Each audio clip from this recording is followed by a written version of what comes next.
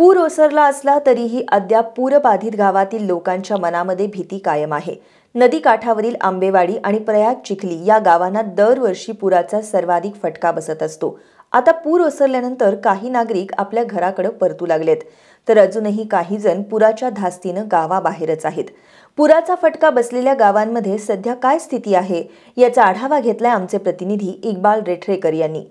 पूर ओसरल्यानंतर आता प्रयाग चिखली आणि आंबेवाडी गावातील नागरिक आपल्या गावाकडे पुन्हा परतत आहेत। अनेक नागरिकांनी महापुराच्या भीतीने स्थलांतर केलं होतं आणि ही दृश्य आपण पाहू शकतो की प्रयाग चिखली या गावातली आहेत। 2019 आणि 2021 मध्ये मोठा महापुराचा इथं फटका बसला होता, त्यामुळे पूर येण्या अगोदरच नागरिकांनी यावर्षी स्थलांतर केलं होतं आणि अद्यापही काही नागरिक बाहेर आहेत, तर काही नागरिकांनी आपल्या घराकडे आलेले आहेत। आणि या संदर्भातच माझ्यासोबत बातचीत करण्यासाठी प्रयाग चिखली येथील काही नागरिक आहेत, ग्रामसेवक आहेत, त्याचबरोबर तलाठी देखील आहेत। एकूणच काय गावाची परिस्थिती आहे आपण त्यांच्याकडून जाणून घ्या। काय सांगाल, पूर येणार म्हणून स्थलांतर तुम्ही झाला होता, आता पुन्हा गावाकडे तुम्ही आलेले आहेत, काय एकूणच परिस्थिती आहे? एकूण परिस्थिती बघितली असता ग्रामपंचायत प्रयाग चिखली, आमचे ग्रामसेवक, तलाठी साहेब आणि प्रशासनामार्फत 1 महिना अगोदरच आम्ही याच्यावरती काम करायला चालू केलं होतं।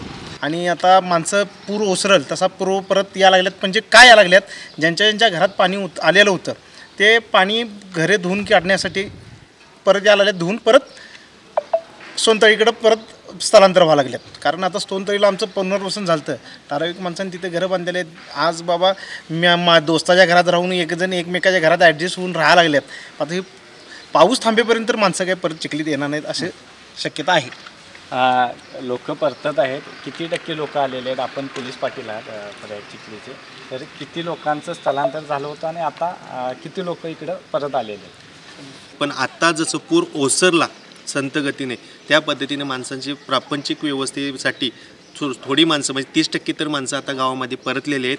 त्यांची सगळी व्यवस्था चालू आहे, सांसारिक दृष्ट्या आपण सगळी रेलचेल चालू आहे, त्या पद्धतीने ती आता आपली व्यवस्था करत आहेत। एकूणच पूर ओसरल्यानंतर प्रामुख्याने आरोग्याचा प्रश्न निर्माण होतो, म्हणजे घरात करावी लागणारी साफसफाई किंवा गावात करावी लागणारी साफसफाई। तुम्ही ग्रामसेवक आहात, तर याची खबरदारी आता कशी बाळगली जाते? आत्ता सध्या स्थितीत आम्ही औषध फवारणीचं नियोजन केलेलं आहे। त्यांना लागणारी औषधं, लिक्विड्स वगैरे ग्रामपंचायत आणून ठेवलेले आहेत, लागणारे फॉर्म्युला लावून ठेवलेलं आहे, पाण्याचा टँकर उपलब्ध करून ठेवलेला आहे, ज्या ठिकाणी स्वच्छता करायची आहे त्या ठिकाणचं पूर्ण नियोजन लावून ठेवलेलं आहे। पण सद्यस्थिती ती अजूनही गावात पाणी आहे, त्यामुळे 100% अजून स्वच्छतेचं काम पूर्ण झालेलं नाही। पण ग्रामपंचायतीनं सर्व खबरदारी घेतलेली आहे। सर्व मेडिक्लोर असतील, लोकांना द्यावे लागणारे या वैद्यकीय औषध असतील, या सर्व साठा पूर्णपणे ग्रामपंचायतीने उपलब्ध करून ठेवलेला आहे। खरं तर प्रयाग चिखली आणि आंबेवाडी ही नदीच्या काठावरची गाव आहेत आणि त्याच्यामुळं पुराचा मोठा फटका या ठिकाणी बसलेला असतो। मग ती शेती पिकं असली तरी मोठं नुकसान होत असते आणि या ठिकाणी आपण तलाठी आहे त्यांच्यासोबत देखील बोलूया। ह्या ठिकाणी पंचनामे कशा प्रकारे सुरू आहेत? आता साधारणतः 912 घरं आहेत गावामध्ये, त्यापैकी बाधित अशी 91 कुटुंब, त्यांचं सर्वे करण्याचे काम सद्यस्थितीत चालू आहे। एकूण शेती पिकांच्या नुकसानीचे कशा प्रकारे पंचनामे सुरू आहेत? शेती पिकांची नुकसानीचे पंचनामे गुरव मॅडमांच्या मार्फत 2 दिवसामध्ये चालू होतील। तर अजून पण पुराचा धोका ओसरलेला नाही असं सांगण्यात येते, कारण राधानगरीतनं विसर्ग चालू आहे आणि कालपासून बघितलं तर पावसाचं प्रमाण पण जास्त आहे, त्याच्यामुळं पुराचा धोका ओसरला आहे किंवा कशी अजून पण भीती आहे मनामध्ये? अजून पण लोकांच्या मनामध्ये भीती आहे, कारण का काल 7 दरवाजे सुटलेले राधानगरीचे, तरी पण लोक ॲडजस्टमेंट करून पाण्याचा अंदाज घेऊन स्थलांतरित पण झालेलेच आहेत, थोडेफार स्वच्छतेसाठी घरी इकडे आलेले आहेत।